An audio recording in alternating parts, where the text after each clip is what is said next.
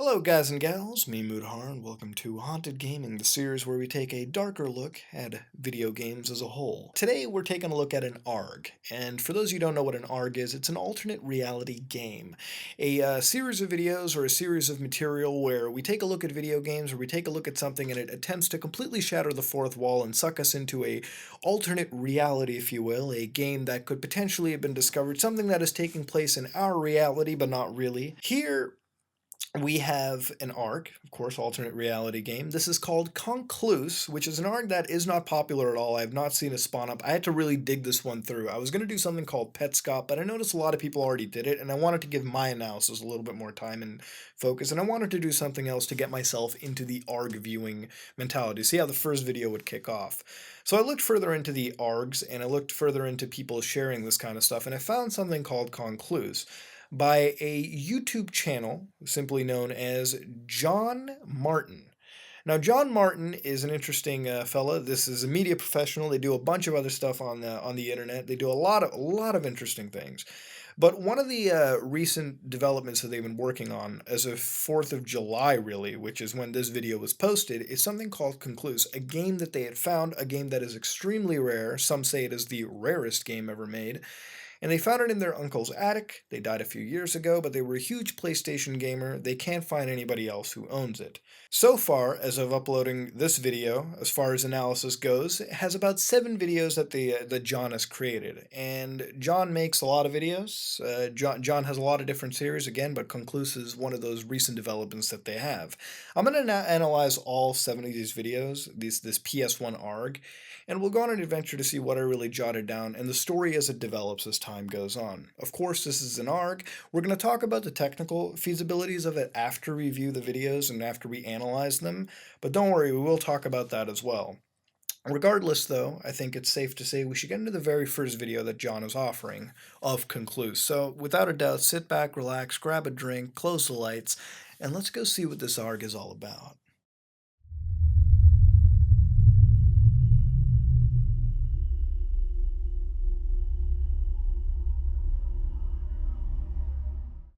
So the first video begins with the actual PlayStation startup, completely as normal as ever, and then it kicks off to the intro screen of the actual game with New Game Continue. You've got Studio Grim Software, one name that we'll have to write down. The first quote that we get from it involves thousands of years. It's a whole quote given to us, and this is a trend that carries on throughout the rest of the game. There's a few videos where it'll start off with a quote as the introduction to the level, but sometimes it's not absolute. Now you'll notice that the color is almost black and white the whole way through. It's only until later on in the series where we'll start to get some semblance of color, and even when you get it, it almost is taken away from you within the next video or the next few minutes. Now, the video involves you finding a way home, the first level, really, and as you traverse through, it's standard, it's basically just you going through a certain scene, certain hallway, certain walkway all by yourself. But the problem is the first thing I notice is it almost looks way too smooth. One thing that we'll look at when we look at the technical side of this ARG, as you walk through, you'll notice a man falling down and dying, but they hold this hospital security key. It seems like it is a security guard, but you'll get keys, and that's sort of the whole progression scheme of the game. There's puzzles, and then at the end of the puzzles, you'll find keys, and as you get more keys, you'll open up certain parts, and it truly sticks home how close the author of the ARG wanted to make it feel like a standard PlayStation 1 horror game, which, if you played any PS1 horror game, whether it be Resident Evil or Silent Hill, you'll always find out that keys at that time were the biggest thing. Nowadays, we still have that segment to it, but games have become a little more interactive. Horror games have become a little more evolved since their initial heyday.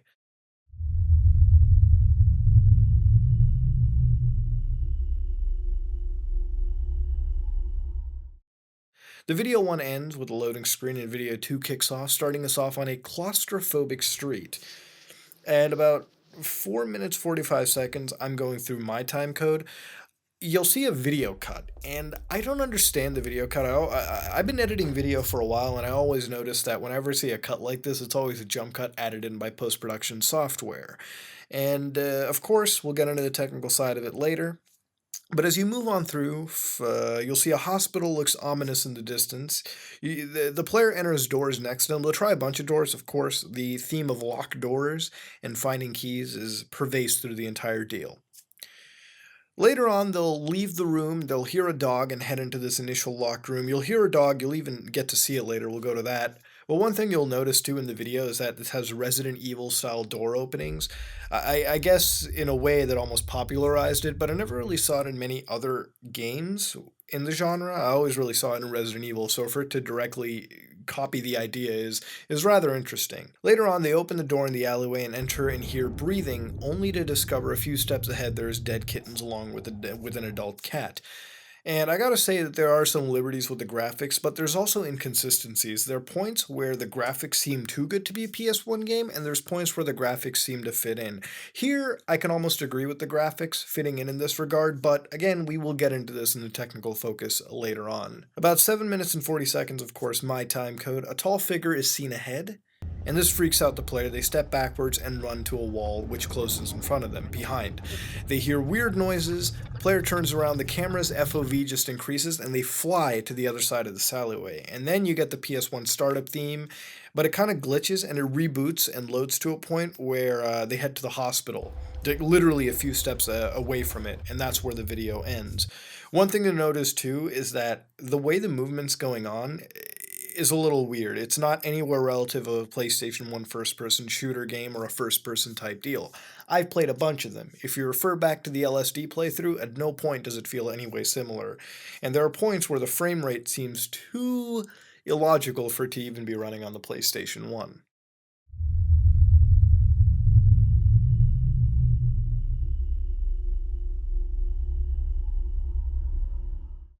Video 3 ends up beginning, and the author tells us of somebody else owning a copy of the game. This is when they're a little out of character. They're not playing the game, they're just telling us that somebody else owns the game, and that they should contact them immediately, which somebody did, according to the author.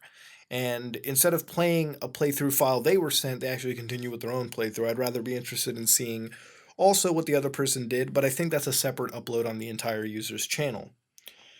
9:25, of course, on my time code, when I add up all the videos together, you wake up in an unknown city and you pick up the small key. Of course, keys are a pervasive thing throughout the entire deal. Dark figures are seen in a nearby shore, screaming noises are heard, and there's women laughing, there's kids crying. Those are noises you're going to hear throughout the entire affair. Then, as you go through, I also start to notice that there's buildings sort of suspended in air, and it's not because of the PS1 illogically rendering background buildings. It's more so the fact that they're actually weirdly suspended. There is something weird going on in the area, and it goes beyond just the PS1's lack of rendering power in certain locations. You go into an alleyway with blood splatter on the ground, sound starts distorting, and visual glitches begin occurring. If you look close to it, it almost feels like they have an After Effects filter running over it that's just there to give the impression of the video file distorting with standard VHS glitching and artifacting, which doesn't really make sense the way the video is portrayed, but we'll get into that. After trying numerous locked doors, visual glitches begin to intensify, the screen darkens, and then you hear this weird bloating noise. And I'm going to refer to this noise as bloating, because it's literally all I can picture out of it. And once the bloating gets in and it gets really intense, the video ends.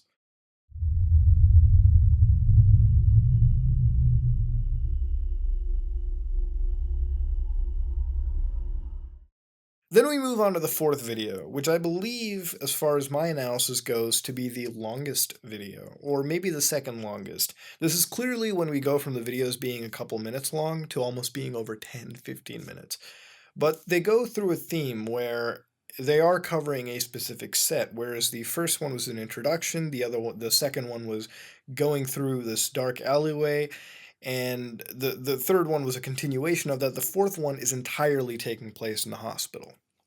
Anyways, as you start off, it gives you the PlayStation startup and game intro screen, but it gets different backgrounds, and it carries that all the way through. Now, as you actually start it up, you'll notice that it has a quote, "Though rarely encountered the line between, these worlds is not impermeable, wander close and you may pass to the other side."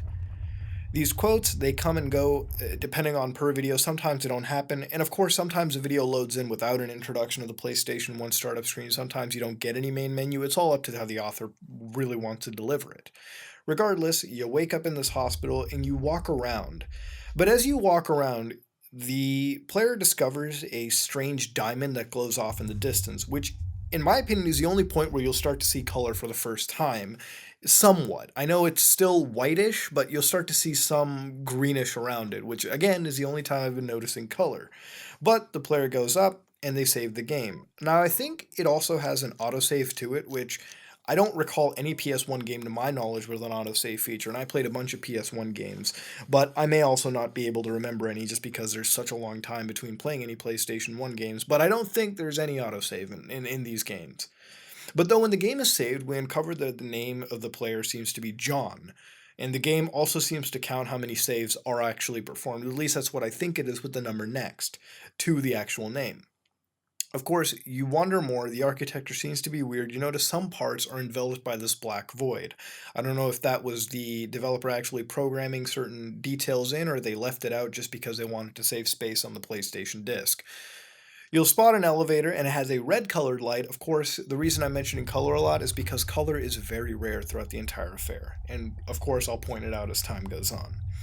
Then you leave the hospital to a terrace, use a window washing lift to ascend. You walk along the edge of this building, and you notice that most of the actual buildings are like clumping, and the walkways aren't even attached to the buildings. It's like really poorly constructed in that regard. And I don't know if that's if that's maybe the story of the game, or if it's just the developer behind it not creating the game to be as to really focus on the attachment of those buildings. I think maybe it was an oversight. But you'll find decomposing bodies on this roof, which are left up there. Of course, you have to take some liberties with the graphics, and that is a big inconsistency, but I'll focus on that in a bit. You use the window lift to descend after grabbing this key. You walk around exploring, you pick up a rat's head, which is then actually used later on to reanimate a beheaded rat. You don't really see it, at least I didn't see it in the video. You'll find a note during the exploration detailing a character named Charlie and others on this roof, others that are there who are attacked by these things called squirmers. You'll need a Cordova key that Charlie actually has hidden somewhere. The player then burns bodies on those roofs, where we saw those giant clumps of bodies. They reveal another key. Of course, keys are a big thing in this. That's how you really solve the puzzles. And as you head back, the game goes to cutscenes to reveal this distorted figure, which is starkly different than anything I could see the PlayStation 1 rendering out. The player runs back through the building to avoid the figure. They reach a point deep within and discover a note reading 11:45 to go to hell. They input this in a clock, of course it's a clock puzzle, and they get a key to hell. They walk off, the video ends.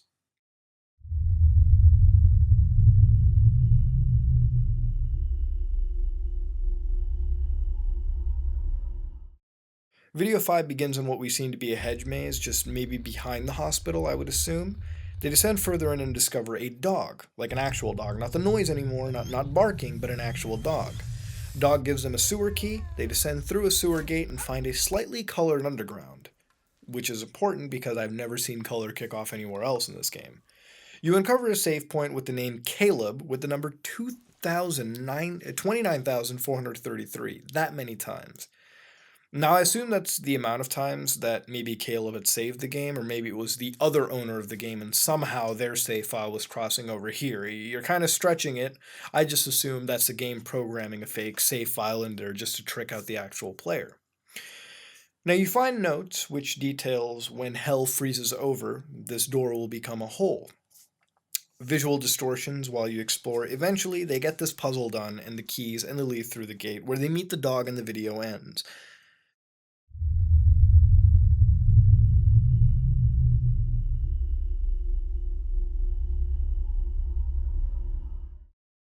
Video 6 begins. They seem to start directly from the last video. They find a flashlight, and of course, I wonder how the game properly renders it. I'm not saying that flashlights can't be rendered on the PS1. If you look at a game like Alone in the Dark, I think that game has the prettiest flashlight renderings ever on the PS1. I'm kind of surprised how that happens. That's a surprise to me. Ever want to see some good flashlight graphics? Play Alone in the Dark on the PS1. Anyways, you move, you dissolve to a cutscene, and you see a distorted figure with a dead body. The figure drops this body. They tell the player in this crude English that they showed others the game, and I assume it's through YouTube. And because of that, those other viewers can be visited by we, the game says. The PS1 restarts, and you get the game intro screen. Then you load into a cellar, which actually has real color into it, more than we've seen before. You get a weird growling and then mechanical noises. Of course, it's the only noise you hear. Weird lighting effects occur, which I believe at this point it almost seems like it's done entirely in Unity, but we'll get to that technical part. You uncover a save point, which shows Caleb. Instead of a number, it actually says dead next to them, and a diary next to the save point. Now, the diary is interesting. It details a man had come into school, but Miss Phillips tried to stop them, I assume it's a teacher, and she ended up dying from a shot to the head. The killer then shot each student. Caleb thought he was dead, but woke up.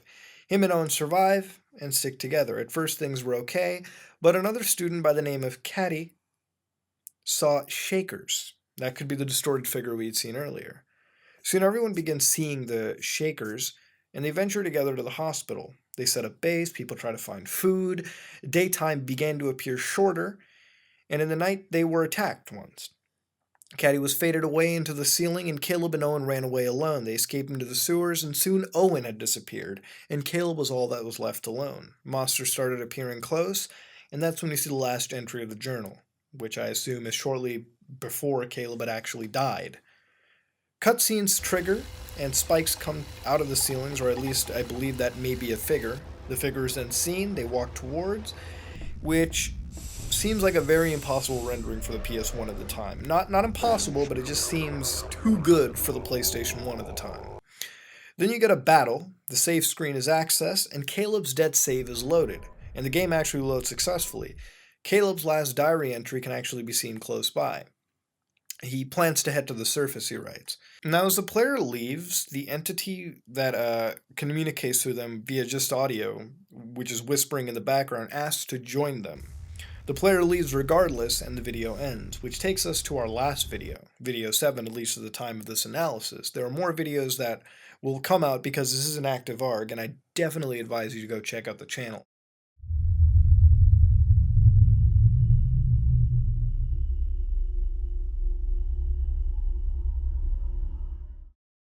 But regardless, you get video 7, which begins loading just above the sewers before the gate. The player finds human remains past this gate that were defiled, which contains a map of the outskirts, the first time we see a map. And as you explore, ear-piercing noises can be heard, and smoke is seen in the road, which turns out to actually be a wrecked school bus, with a busted horn. Further treading on the road reveals a sign that details "Welcome to Hell." Eventually, you head off into this dock area off the path. Notable items found here include an axe and a briefcase with a locking system, which eventually is unlocked through a puzzle which requires the use of that axe and certain walnuts you find. And of course, you get a key. That's the general theme of actually progressing here. Then you obtain ores, and the player finds another save point. It includes the location, which is called Park Creek, with the character being John this time, with one save. The player takes the boat, and as they head into the river, almost feels like it's River Styx or something like that, the dog from before jumps on, and the game loads to the next scene. And at this point, it seems the dog and John are together, and John begins to retain memory, which details a missing wife that was spotted alone living in hell, or at least a city is named Hell, something like that. Her name is Carolyn, and it's a lead that they can't ignore. It almost feels like Resident Evil 7 to an extent. John then has to proceed to get her out of this nightmare world. He details that she did leave him, but of course there's a whole story at this point and things have intensified. And that's where the analysis ends. At the time of this recording, only 7 videos have been released. But there are more videos coming out, and this is an active ARG, which again I advise that you check out the actual author behind this entire story as well. So one of the things that I have to really detail about this is the technical weirdness of the story, and I never got into this in the initial part, the first part of this video at all, because I feel like this should be left later on. We all know that ARGs are fake, most of the time. All the ARGs here are fake. But the thing is that this is like a creepypasta, except it's completely in video form. They've given it to us, rendered out through this Unity Blender combination. But the thing is, you have to put yourself into a realm of disbelief, but here's where the problem lies. There are very good PS1 ARGs out there, and I'm not saying this one is bad by any stretch of the imagination, but the problem is some of the technical feasibilities behind this don't make sense. I'll mention one thing. The colors, the depictions of textures, the frame rate even, the resolution of the video actually play well into the entire video itself. They are real aspect ratios. They are almost realistic renderings of what would seem like a PS1 game. What doesn't strike me as right is how smooth it can be sometimes. For example, if we take a look at LSD Dream Emulator, a game that I put so many hours into, a lot of episodes, I played 365 days of it, I made a complete playthrough. One game that was actually so repetitive I stopped it halfway in, and I gave it a big break. But the reality is when I played that game, it was much more simplistic than what we're seeing in these videos. But the reality is even when I played those games, the LSD in particular, it all the game barely the game barely even worked at times. There were so many points in recording where the PlayStation 1, even in the emulator phase through the PS3, locked up so much because of the enormous amount of information being put into it. The PS1 is not a super powerful system. Its competitor at the time, which was the N64, was leaps and bounds stronger than it. The only thing the PS1 really had going for it was, in my opinion, superior sound, and that was through the CD quality audio and the storage sizes that it was offering. But as far as processing powers goes, it took the bullet hard. And one thing that gets to me here is that the movement is very fluid. The first person control is actually really weird because it just feels like you have this dual analog control to it as well. It feels like this could rather be a PS2 game. If it was a PS2 game ARG, I would be all down to accept it, because the PS2 could have pulled this off no problem. The PS1, you start to wonder after playing so many hours of it that it just strikes you off as odd. And the thing with these ARGs is that when you call it a PS1 ARG or an N64 ARG, you're attracting people that have a strong connection to the system too. And the problem is they can immediately call out that what they're seeing isn't exactly true to life. But being an unfinished game, maybe towards the end of the lifespan, people had figured out how to really tap into it and develop a game using all the powers of it and whatever magic it had left in. And that's where the disbelief really has to be set in. But for me, looking at some of the lighting effects, for instance, I was thrown off because it almost felt like I was looking at a Unity render. And I've worked with Unity for a bit. I'm not a game developer by any chance, but I've used Unity for rendering certain 3D assets, and it's very good in that regard. But some of these lighting effects, which are the stock lighting effects, can really be seen kicking off. And once you've seen the Unity based lighting effects, you can start to picture them and you can immediately recognize them as time goes on. It's like when you deal with engines, you can figure out the quirks of each one of them, and that's one of the things that also throws me off. But there are inconsistencies. Sometimes you'll see textures that are too good for it, animations that are way too good for the PS1 at the time. But again, it's one of those things that I feel like if the author for it could better see some of the PS1 games, better attributed their videos to more of those generic common PS1 quirks, I think the disbelief would have required a lot less effort from me, and it would have been sucked in a lot more had those things been taken into consideration. In the end, I definitely like this ARG a lot. I think it's one of the ones that I took a while to find. I had to really look for this thing out there. I found another ARG for the PlayStation 1 called Petscop, one that we will look at, but this one I found through a little bit more searching around, just looking for anybody with PS1 ARGs, and I found a Reddit post that actually led me to John's channel. And John put in a lot of effort for this ARG, and definitely at this point, 7 videos in, the mystery is getting interesting, involving a missing wife, and something that almost seems reminiscent of Silent Hills or the more recent Resident Evil 7. I think if it's one thing that I can definitely critique John on is being a media professional myself, some of those quirks in media definitely do showcase. I've worked with many of these tools, and maybe that's what's killing me, all right? Maybe that's what's not sucking me in hard, because I know the tricks that John is using for this ARG, and I can call them out on my own. But I think for the average viewer who may not be as well versed in any of this, will probably look at this and just be impressed by the amount of work that it takes. And it does take a lot of work. So, and all in all, I got to give John a lot of credit. I've given my analysis of the Concluse PS1 Lost Game ARG. Would I like to play it? Yes, but unfortunately, it's not a game. ARGs are like creepypastas. They are fake all the way through, but they're very good fakes. I definitely have to give John a lot of credit. That being said, please check out his channel. I cannot stress that enough. I know I really stressed it out in the introduction to the video, because the man truly deserves some form of recognition for the work that is being offered, I think. Usually when I find this kind of stuff, anything, I wish I could credit a lot of those deep web arcs, to be honest, because while I find those videos randomly throughout, I know that there is an author behind a lot of those arcs, and they put a lot of their effort into. And hey, if you're one of those deep web arc people, definitely hit me up. I've had a couple message me, and I will definitely give them attributing shoutouts as time goes on. But I'm branching off at this point. Check out John's channel. Guy does a lot of different stuff, a lot of creepypasta-esque material. Very, very talented individual. But I'm going to end the Concluse video game ARG, and this is going to be another chill haunted gaming video where we take a look at ARGs and out of many things related to video games that are on the creepier side. So if you like what you saw, please like, comment, and subscribe. Dislike if you dislike it. This is me, Mudahar, and I am out.